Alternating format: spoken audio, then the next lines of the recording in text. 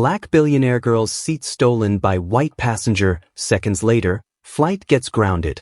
"Excuse me, you're in my seat," Caroline Williams said firmly, holding out her first-class boarding pass. The white businessman didn't even look up from his phone. "No, little girl," he muttered, waving dismissively, "you must be confused. This is my seat." Gasps echoed across the cabin as Caroline's eyes narrowed. What happened next would ground a flight before it ever left the runway, expose ugly prejudice at 30,000 feet, and prove that sometimes the person you underestimate has more power than you could ever imagine. This 11-year-old girl was about to teach an entire airplane a lesson about respect, dignity, and the dangerous assumption that appearances tell you everything about someone's worth. Welcome to Black Triumphant Channel. Every story we share is more than just drama. It's a reminder of strength, resilience, and justice.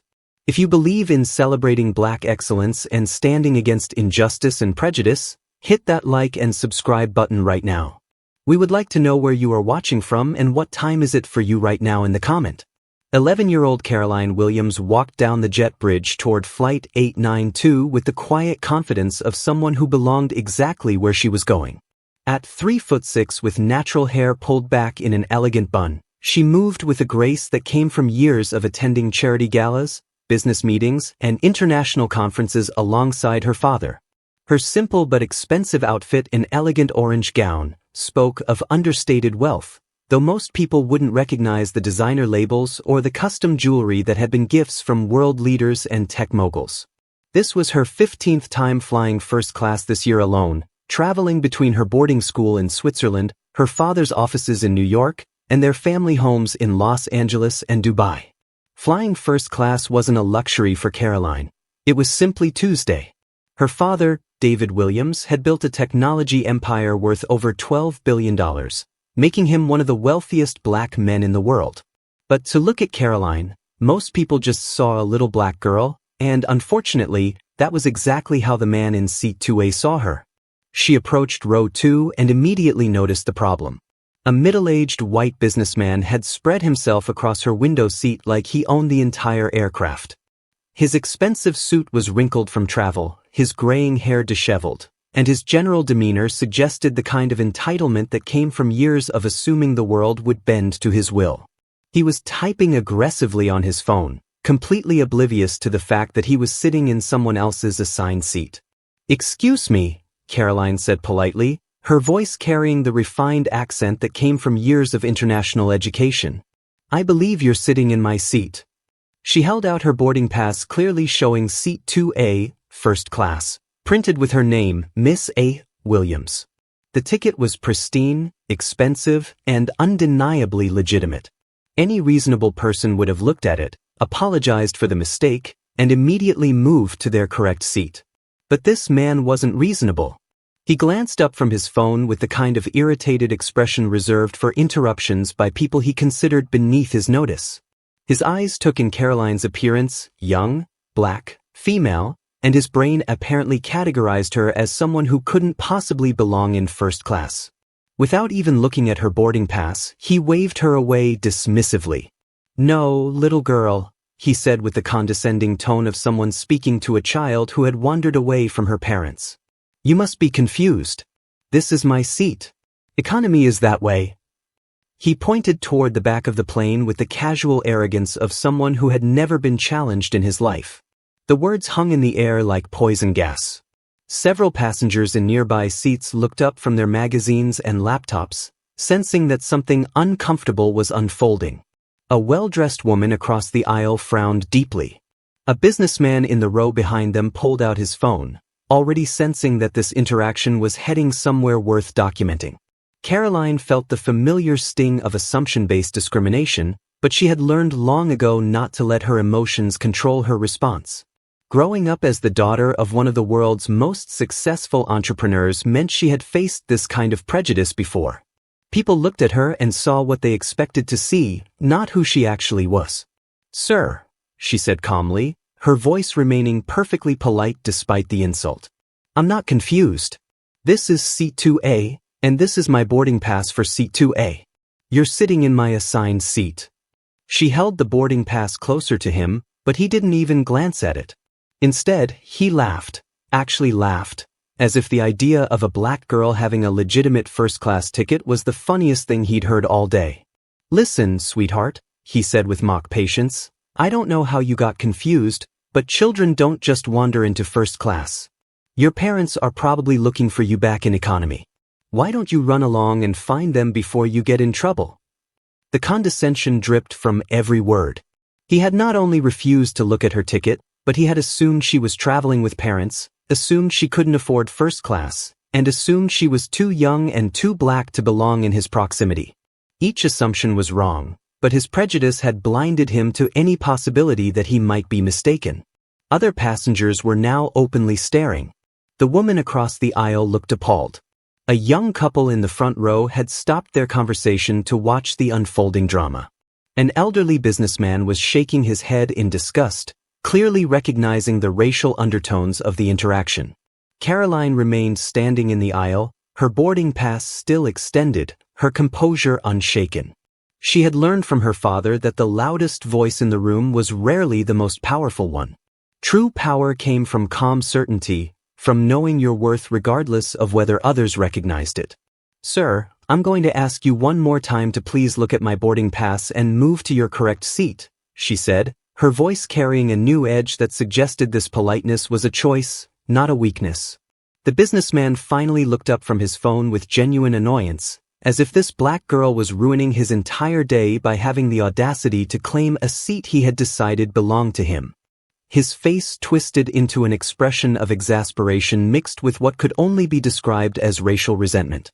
"Look, kid," he said loudly enough for half the cabin to hear, "I don't know what game you're playing, but I've been flying first class longer than you've been alive. This is my seat, I paid for this seat, and I'm not moving for some confused little girl who wandered away from mommy and daddy." The racist implications of his words hit the cabin like a slap. Several passengers gasped audibly. The woman across the aisle muttered, "Oh my God," under her breath. The businessman with the phone was now openly recording, recognizing that he was witnessing a moment of naked prejudice that would likely go viral within hours. But what the racist passenger didn't know, what he couldn't have known based on his ignorant assumptions, was that he had just made the biggest mistake of his life. He had chosen to discriminate against the daughter of one of the most powerful men in the world. He had decided to humiliate a girl who had access to resources and influence that could destroy his career with a single phone call. Caroline Williams was not just any 11-year-old girl. She was the heir to a business empire, the daughter of a man who owned airlines, hotels, and technology companies across 6 continents. She was someone who had dined with presidents and prime ministers, someone who spoke 4 languages and had been featured on the cover of Forbes as one of the most influential girls in the world. And she was about to remind this racist businessman that appearances could be very, very deceiving. The flight attendant finally appeared, drawn by the commotion and the growing circle of passengers craning their necks to see what was happening. But instead of immediately checking the boarding passes and resolving the obvious seating dispute, she looked at the well-dressed white businessman and then at the black girl, and her own biases began to show. "Is there a problem here?" she asked, but her tone and body language suggested she had already decided who she believed belonged in first class and who didn't. If you're enjoying this story about standing up to discrimination and you want to see how this powerful girl handles this racist situation, make sure to hit that subscribe button and ring the notification bell. Have you ever witnessed someone being discriminated against because of their race or age? What would you have done in this situation? Let me know in the comments below. The flight attendant's arrival should have been the moment when justice prevailed and common sense restored order to the cabin. A simple check of boarding passes would have immediately revealed that Caroline was in the right and the businessman was in the wrong. But instead of approaching the situation with professional neutrality, the flight attendant's own unconscious biases began to influence her judgment. She was a woman in her 40s with 20 years of experience in airline customer service, and unfortunately, those 20 years had taught her to make quick judgments about passengers based on appearance, age, and race. Looking at the well-dressed businessman in the expensive suit, she saw authority and legitimacy. Looking at Caroline, she saw a girl who probably didn't belong in first class. "Ma'am, the flight attendant said to Caroline with the kind of patronizing patience reserved for difficult children. "Can I see your boarding pass?" The request itself wasn't unreasonable, but the tone and the fact that she had asked only Caroline for documentation while ignoring the businessman's complete lack of proof revealed where her assumptions lay. Caroline handed over her boarding pass without comment, watching as the flight attendant examined it with unnecessary scrutiny, as if she expected to find evidence of fraud or forgery. The boarding pass was legitimate, expensive, and clearly showed Caroline's assignment to seat 2A. But instead of immediately asking the businessman to move, the flight attendant hesitated, clearly uncomfortable with the idea of confronting a well-dressed white man on behalf of a black girl. "This does show seat 2A, the flight attendant admitted reluctantly, but there seems to be some confusion. "Sir," she turned to the businessman with a much more deferential tone, "could I possibly see your boarding pass as well?" The businessman looked up with the irritated expression of someone whose authority had been questioned by people he considered his inferiors. "I don't need to show you anything," he said dismissively. "I've been sitting in first class for years. This little girl is obviously in the wrong section." His refusal to produce his boarding pass should have been a red flag, but the flight attendant seemed more concerned with avoiding conflict with the aggressive white passenger than with enforcing airline policy or protecting the black girl who was clearly being discriminated against. "Well," the flight attendant said weakly, "perhaps we could find Miss Williams another seat in first class? I'm sure we can work something out that makes everyone comfortable." The suggestion was outrageous. Caroline had paid for a specific seat, had a boarding pass proving her right to that seat, and was being asked to compromise because a racist stranger had decided she didn't belong there. It was exactly the kind of institutional bias that her father had spent his entire career fighting against in boardrooms and business deals around the world. But before Caroline could respond, the businessman escalated the situation with words that revealed the true depth of his prejudice. "You should go find your economy seat," he said with a smirk that made his racist intent unmistakable. "Maybe back near the bathrooms where you belong. I'm sure your parents are wondering where their little girl wandered off to." The words hit the cabin like a bomb. Several passengers gasped audibly. A woman in the front row covered her mouth in shock. The businessman recording on his phone zoomed in, recognizing that he was capturing a moment of pure, unfiltered racism that would likely become evidence in a civil rights lawsuit. The comment about the bathrooms was particularly vicious, playing into historical stereotypes about where black people belonged on transportation. Some passengers chuckled under their breath, whether from nervousness or agreement was unclear, but their laughter only added to the hostile environment being created around an 11-year-old girl who had done nothing wrong except exist while black in first class. Caroline felt the familiar fire of righteous anger building in her chest, but she had learned from her father's example how to channel that anger into something more powerful than emotion. David Williams had taught her that the most effective response to discrimination wasn't fury, it was icy calm combined with devastating action. "Sir," she said, her voice remaining perfectly controlled despite the racial abuse she was enduring, "I paid for this seat with my own money. I belong here more than you do, since you apparently don't even have a boarding pass to prove you belong anywhere on this aircraft." Her words were precise and cutting, delivered with the kind of quiet authority that made several passengers sit up and take notice. This wasn't just a confused girl. This was someone who spoke with the confidence of someone accustomed to being heard and respected. But the businessman was too deep in his racist assumptions to recognize the warning signs. Instead of backing down, he doubled down on his discrimination, making comments that would soon be broadcast to millions of people around the world. "You don't even look like you could afford a ticket here," he said loudly, his voice carrying throughout the first-class cabin. "What did you do, steal someone's boarding pass? Or maybe Daddy's company is flying you somewhere for charity." The racist implications were now impossible to ignore. He had suggested that a black girl couldn't legitimately afford first class, that she might be a thief, and that any wealth in her family must come from charity rather than achievement. Each word dug his grave deeper, but his prejudice had blinded him to the magnitude of his mistake. Other passengers were now actively choosing sides. The woman across the aisle looked furious. An elderly black businessman in row 3 was shaking his head with recognition. He had clearly faced similar discrimination himself. A young white couple was whispering to each other, the woman looking appalled while the man seemed unsure how to react. The flight attendant, faced with an increasingly ugly situation, made the worst possible choice. Instead of firmly enforcing airline policy and removing the aggressive passenger who was creating a hostile environment, she turned to Caroline with a warning that revealed exactly where her loyalties lay. "Miss Williams," she said with barely concealed irritation, "I'm going to need you to lower your voice and find a solution that works for everyone, or I'll have to ask you to leave the aircraft for causing a disturbance." The threat was breathtaking in its injustice. The black girl who had been racially abused, denied her rightful seat, and subjected to public humiliation was being threatened with removal, while the white businessman who had created the entire problem faced no consequences whatsoever. Several passengers immediately recognized the bias in the flight attendant's response. The woman across the aisle stood up and said loudly, "Are you serious? She's the one causing the disturbance? He's the one who won't show his boarding pass and keeps making racist comments." But the flight attendant had made her choice. She was siding with the aggressive white businessman against the calm black girl, perpetuating exactly the kind of institutional racism that had plagued the airline industry for decades. Caroline looked around the cabin, taking in the faces of the passengers who were witnessing this moment of naked prejudice.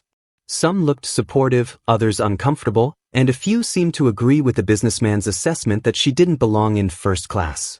But all of them were about to learn something about the danger of making assumptions based on race and age. "Ma'am," Caroline said to the flight attendant with deadly calm, "I think you should be very careful about how you handle this situation. Very careful indeed." There was something in her tone, a quiet certainty that suggested consequences far beyond anything the flight attendant or the racist businessman could imagine. But they were too caught up in their own biases to recognize the warning. They had no idea that they were discriminating against someone with the power to ground their flight and their careers and expose their prejudice to the entire world. They were about to learn that sometimes the person you underestimate turns out to be exactly the wrong person to discriminate against. Make sure you subscribe and hit that notification bell, because what happens next will absolutely blow your mind. This girl is about to reveal exactly who she is, and this racist passenger's world is about to come crashing down. What do you think should happen to employees who side with racists instead of protecting passengers from discrimination? Share your thoughts in the comments. The tension in the first-class cabin had reached a breaking point. What had started as a simple seating dispute had escalated into a public display of racial discrimination, with passengers, crew, and airline staff choosing sides based on their own biases and moral compasses. The atmosphere was electric with unspoken conflict, and everyone could sense that something significant was about to happen. The businessman, emboldened by the flight attendant's apparent support and the mixed reactions of the other passengers, decided to escalate his harassment of Caroline even further. He had convinced himself that he was dealing with just another entitled girl who would eventually back down when faced with adult authority. His prejudice had blinded him to the quiet strength in Caroline's voice and the dangerous calm in her demeanor. "You know what your problem is?" he said, standing up from the seat that didn't belong to him and towering over Caroline in what was clearly meant to be an intimidating display. "Your problem is that you people think you can just take whatever you want. You think you deserve things you haven't earned.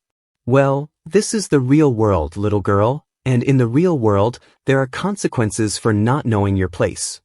The racist language was now so explicit that even passengers who had been trying to mind their own business couldn't ignore it. "You people. Your place." These were the phrases of someone whose prejudice had overcome any pretense of civility. Several passengers pulled out their phones, recognizing that they were witnessing something that needed to be documented. A middle-aged black woman in row 4 stood up, her face flushed with anger. "Excuse me, but what did you just say? Did you really just tell a child to know her place because of her race?" The businessman turned his attention to her with the same dismissive arrogance. "Ma'am, this doesn't concern you. I'm simply trying to maintain order in first class by ensuring that passengers are seated appropriately according to their circumstances." The word circumstances dripped with racial undertones that made his meaning crystal clear. He was suggesting that black passengers didn't belong in first class regardless of their tickets, their wealth, or their right to be there. It was segregationist thinking disguised as airline policy. But Caroline Williams had heard enough. She had been raised by a father who had faced this exact kind of discrimination on his way to building a business empire, and she had been taught never to back down when confronted with injustice. More importantly, she had been given tools to fight back that this racist businessman couldn't even imagine. "Sir," she said, her voice cutting through the chaos with laser precision, "I think you should sit down and be quiet now." There was something in her tone that made several passengers turn to look at her more carefully. This wasn't the voice of a confused girl or a powerless victim. This was the voice of someone who had been underestimated and was about to reveal exactly how big a mistake that was. The businessman laughed, the sound harsh and mocking. "Oh, really? And what are you going to do about it, little girl? Call your mommy? Tell the principal? This is the adult world, and adults handle things differently than children." "You're absolutely right," Caroline replied with a smile that didn't reach her eyes. "Adults do handle things differently. And you're about to learn exactly how differently."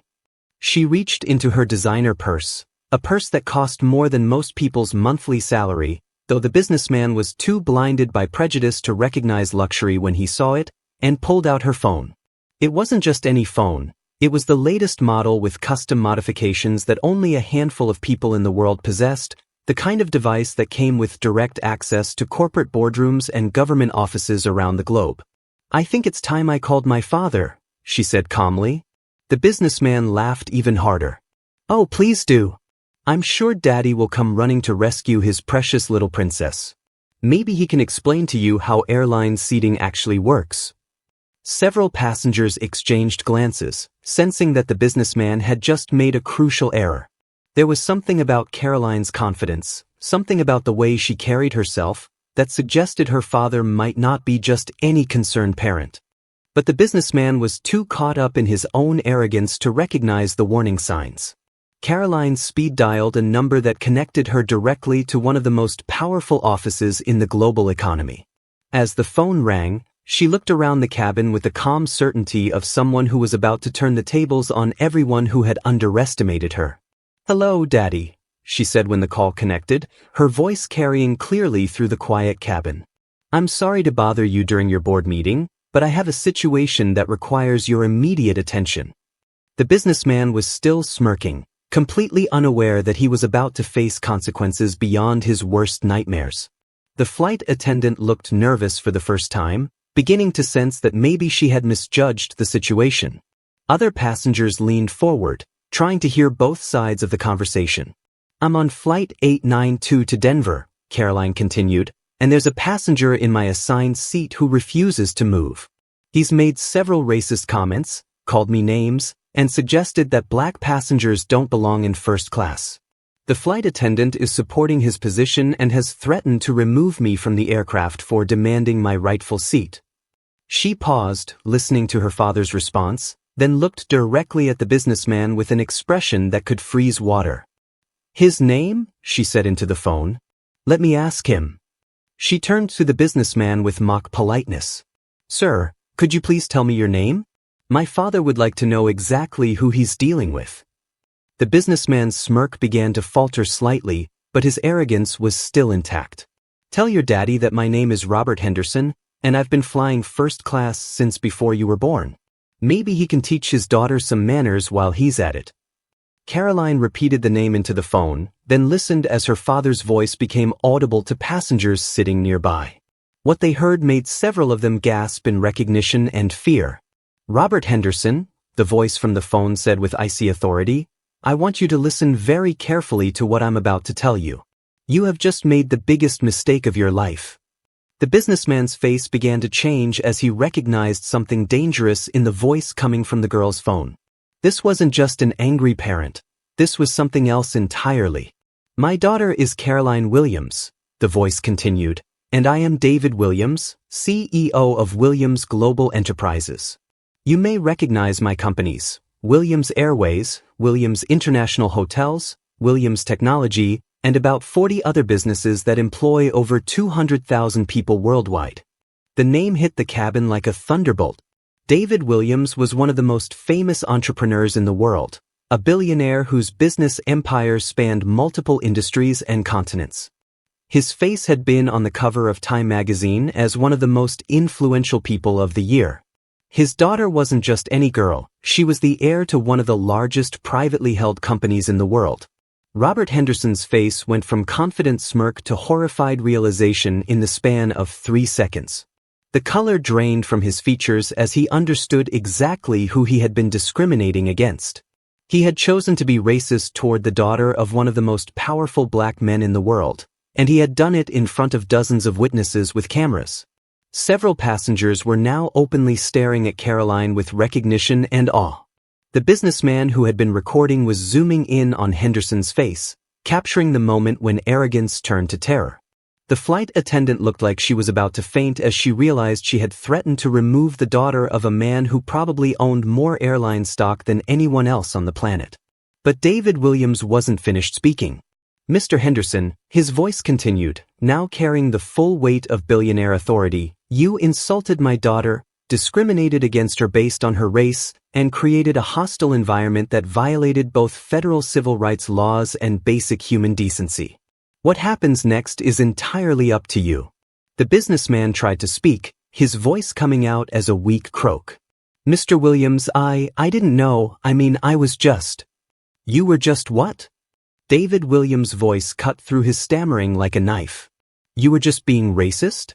You were just assuming that a black girl couldn't possibly belong in first class? You were just revealing exactly the kind of person you really are. Henderson looked around the cabin desperately, as if hoping someone might defend him or offer him an escape route. But every face he saw reflected disgust, anger, or satisfaction at seeing justice about to be served. The passengers who had witnessed his discrimination now understood they had watched someone choose exactly the wrong target for their prejudice. The flight attendant tried to salvage the situation with damage control. Mr. Williams, I apologize for any misunderstanding. I'm sure we can resolve this situation quickly and… There is no misunderstanding, David Williams' voice interrupted her with arctic coldness. You sided with a racist passenger against my daughter. You threatened to remove her from an aircraft while allowing him to continue his discrimination. You failed in your most basic duty to protect passengers from harassment. Caroline stood calmly in the aisle, watching as the two adults who had humiliated her just minutes earlier began to understand the magnitude of their mistake.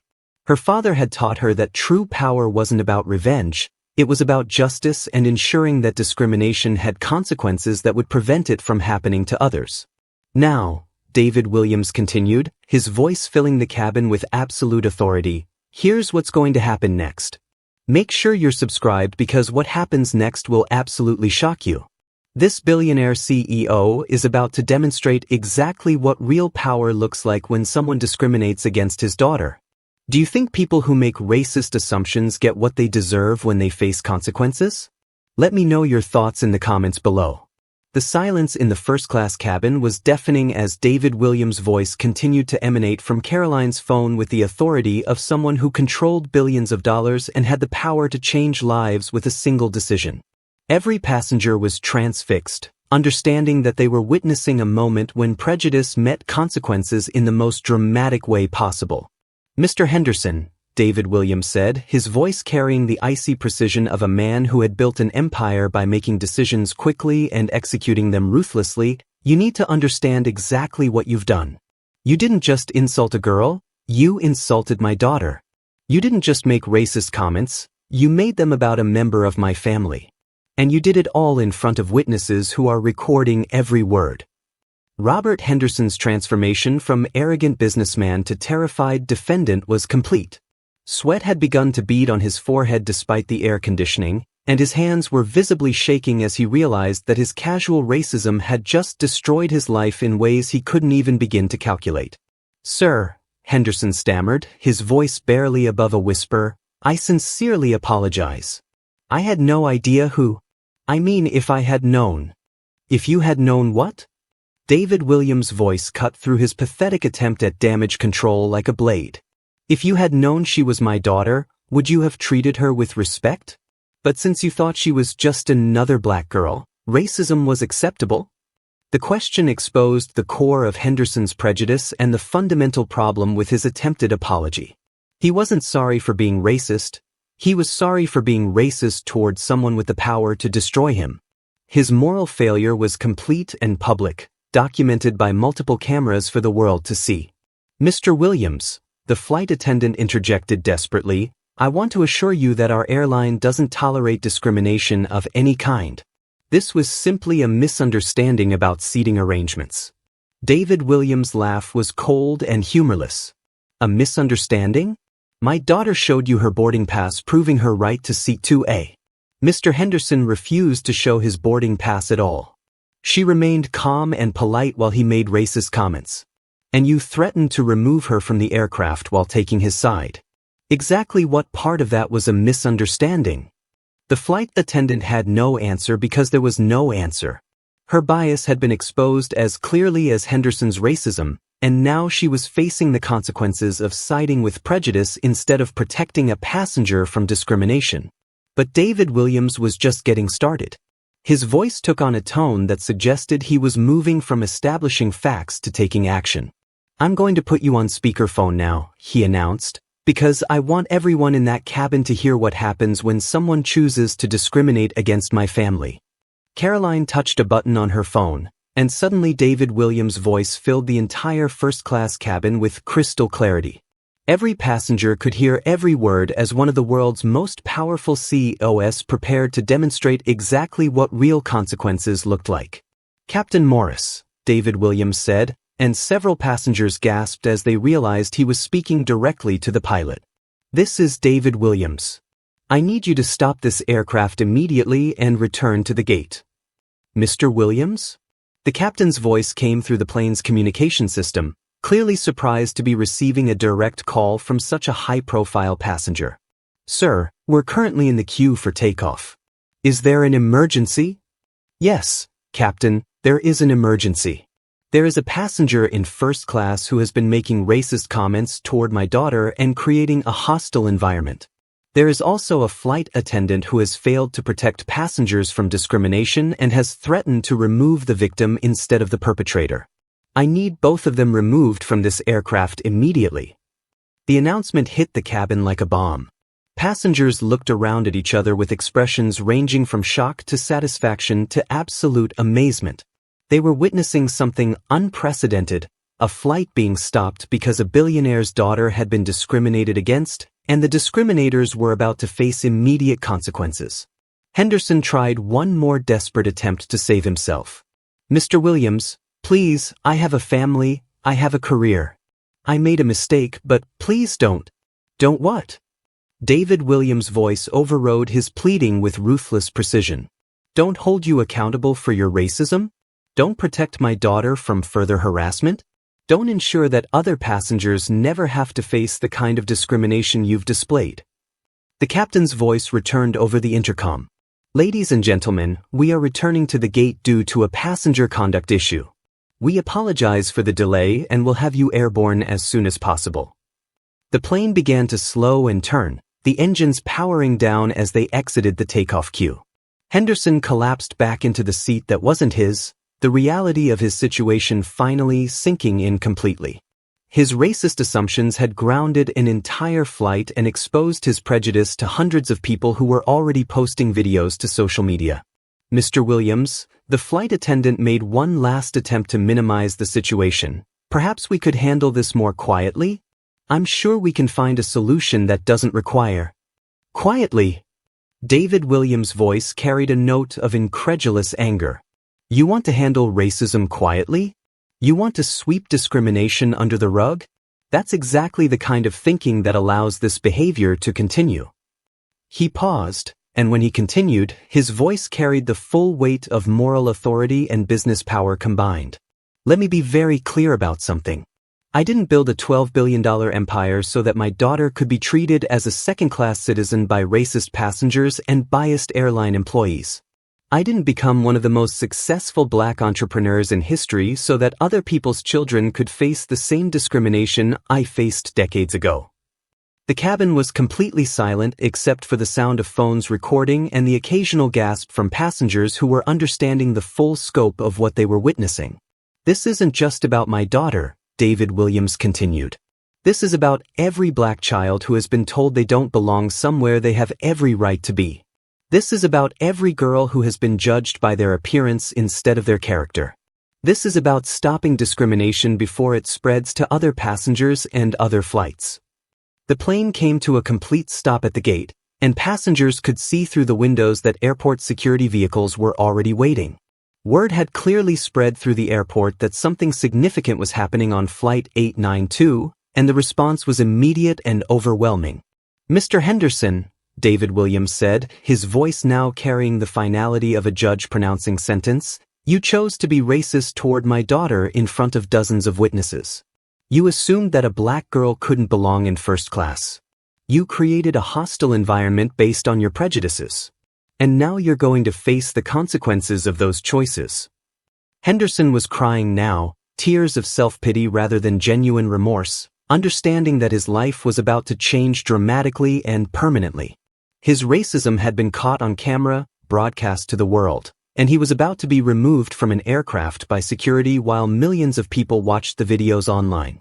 "Security is boarding the aircraft now," David Williams announced. "They will be removing both Mr. Henderson and the flight attendant who failed to protect passengers from his discrimination. After that, Flight 892 will continue to Denver, and my daughter will sit in her rightfully assigned seat with the dignity and respect that every passenger deserves."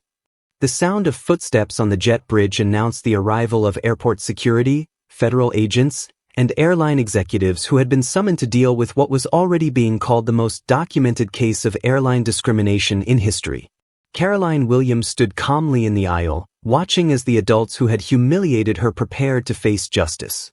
She had learned from her father that true power wasn't about revenge. It was about ensuring that discrimination had consequences that would prevent others from facing the same treatment. The racist businessman and the biased flight attendant were about to discover that sometimes the person you choose to discriminate against has more power than you could ever imagine. Don't forget to subscribe and hit that notification bell because you need to see what happens when security boards this plane and these discriminators face the consequences of their actions. Have you ever seen someone's racism come back to destroy their life dramatically? Share your thoughts about what these people deserve in the comments below. The jet bridge echoed with the sound of multiple footsteps as a small army of officials boarded Flight 892. Airport security led the way, followed by FBI agents, airline executives, and what appeared to be legal representatives.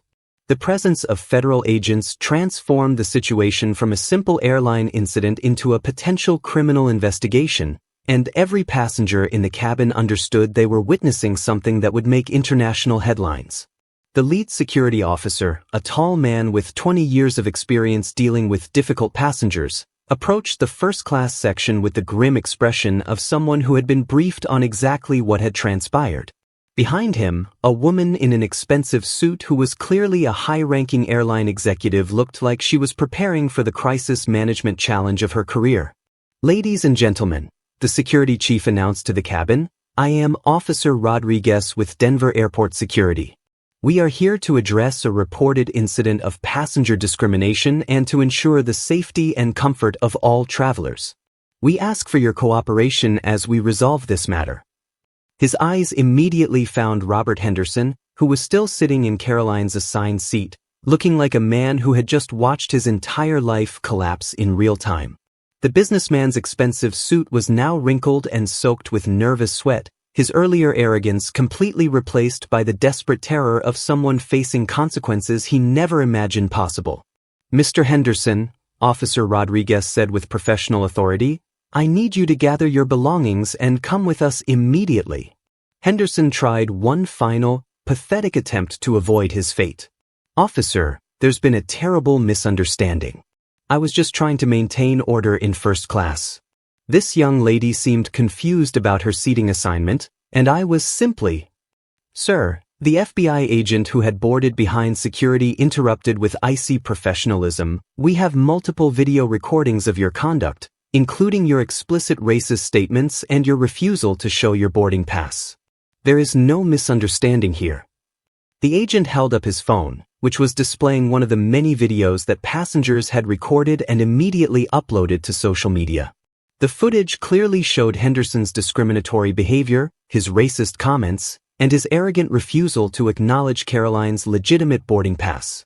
Furthermore, the agent continued, we have a complaint from David Williams alleging federal civil rights violations.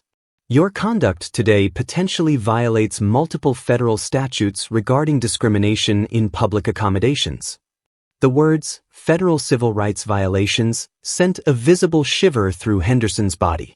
He was no longer just facing embarrassment or job consequences, he was potentially facing criminal charges that could result in federal prosecution, substantial fines, and even prison time.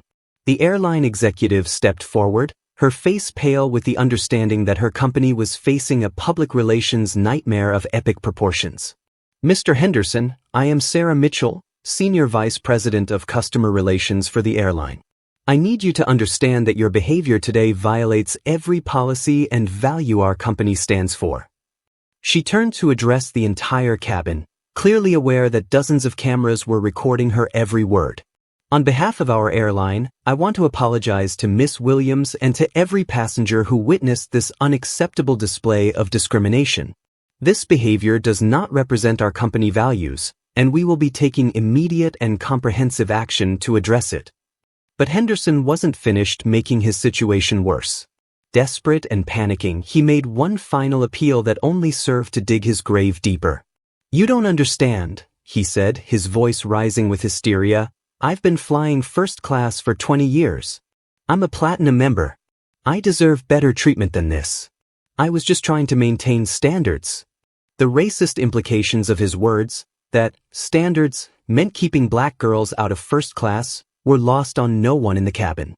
Several passengers groaned audibly at his continued display of prejudice, even in the face of law enforcement. Mr. Henderson, Officer Rodriguez said with the patience of someone who had dealt with thousands of difficult passengers, you need to come with us now, or you will be placed under arrest for interfering with a federal investigation. Meanwhile, the flight attendant who had sided with Henderson's discrimination was facing her own reckoning. A second airline executive, a stern-looking man in his 50s, approached her with the expression of someone about to deliver life-changing news. Ms. Patterson, he said gravely, I am Robert Chin, Director of Human Resources. Your conduct today represents a fundamental failure of your duties as a customer service representative and a violation of our company's anti-discrimination policies. The flight attendant, whose name was apparently Patterson, tried to defend her actions with the same weak excuses that had failed her earlier. Sir, I was just trying to maintain order and follow proper procedures. I didn't want to create a confrontation. You didn't want to create a confrontation? Chen's voice carried the incredulity of someone who couldn't believe what he was hearing. So instead of checking boarding passes and enforcing airline policy, you chose to threaten the victim of discrimination while protecting the perpetrator? He held up his own phone, which was displaying the viral videos that were already spreading across social media platforms around the world. Ms. Patterson, your bias is documented on video and has been viewed by millions of people in the last 30 minutes. You threatened to remove a passenger for demanding her rightfully assigned seat while allowing a racist customer to continue his harassment. The flight attendant's face crumpled as she realized that her career was over just as definitively as Henderson's. She had let her own unconscious biases influence her professional judgment, and now she was facing the consequences in the most public way possible. But the most dramatic moment was yet to come. As Henderson finally stood up from Caroline's seat, gathering his belongings with shaking hands, David Williams' voice returned over the phone speaker with an announcement that would be remembered long after the flight landed. Ladies and gentlemen, his voice filled the cabin with absolute authority, I want you to understand what you've witnessed today. You've seen how quickly and completely racism can be exposed when someone chooses the wrong target for their discrimination. Every passenger was listening intently, understanding that they were hearing from one of the most powerful business leaders in the world as he delivered a lesson about prejudice and consequences. Mr. Henderson assumed that because my daughter is young and black, she couldn't possibly belong in first class. He never considered that she might be the daughter of someone with the power to ground his flight and end his career. His prejudice blinded him to the possibility that appearances can be very deceiving. Henderson was now being escorted down the aisle by security, his head hanging in shame as dozens of passengers recorded his walk of humiliation. The man who had felt so powerful when intimidating a girl was now being removed in handcuffs while the world watched his disgrace. "This is what happens," David Williams continued, "when discrimination meets consequences. When racism encounters real power. When people who think they can abuse others based on race discover that some of those others have the resources to fight back." The airline executives were taking notes, clearly understanding that this incident would require a complete review of their training procedures and company policies. The federal agents were coordinating with local authorities to ensure that all legal aspects of the situation were properly documented and investigated. "Ms. Patterson," the HR director continued addressing the flight attendant, "you are terminated immediately. Your failure to protect a passenger from racial harassment and your threat to remove the victim instead of the perpetrator represents a fundamental violation of your employment obligations." As both Henderson and Patterson were escorted off the aircraft, the remaining passengers burst into spontaneous applause. They were applauding not just for justice served, but for a powerful reminder that discrimination has consequences when it encounters people with the courage and resources to fight back. Caroline Williams finally took her rightful seat in 2A, settling into the leather chair that she had paid for and deserved from the beginning. Her composure throughout the entire ordeal had been remarkable, and passengers were looking at her with new respect and admiration. "Caroline," her father's voice came through the phone with obvious pride, "how are you feeling, sweetheart?" "I'm fine, Daddy," she replied with a smile that showed she had never doubted the outcome. "I knew you would take care of it. You handled yourself perfectly, Princess. You remained calm, you stood up for your rights, and you showed everyone in that cabin what real strength looks like." The captain's voice returned over the intercom with an announcement that brought the extraordinary incident to its conclusion. "Ladies and gentlemen, the situation has been resolved. We will be departing for Denver momentarily. On behalf of the entire crew, I want to apologize for the delay and commend our passengers for their patience during this unfortunate incident." As the plane prepared for takeoff, passengers continued to process what they had witnessed. They had seen racism exposed and punished in real time. They had watched a girl demonstrate more grace under pressure than most adults could manage. And they had learned that sometimes the person you choose to discriminate against has more power than you could ever imagine. The videos of the incident were already going viral around the world, turning Henderson and Patterson into symbols of how quickly discrimination can destroy lives when it meets consequences. But more importantly, Caroline Williams was becoming a symbol of dignity, strength, and the power of standing up for what's right. If this story of courage, justice, and standing up to discrimination inspired you, make sure you're subscribed for more powerful stories about people who refuse to accept injustice. Have you ever witnessed discrimination and wished you had spoken up? How can we all work together to ensure that everyone is treated with the dignity they deserve? Share your thoughts and experiences in the comments below, and let's continue this important conversation about creating a world where respect truly is not optional.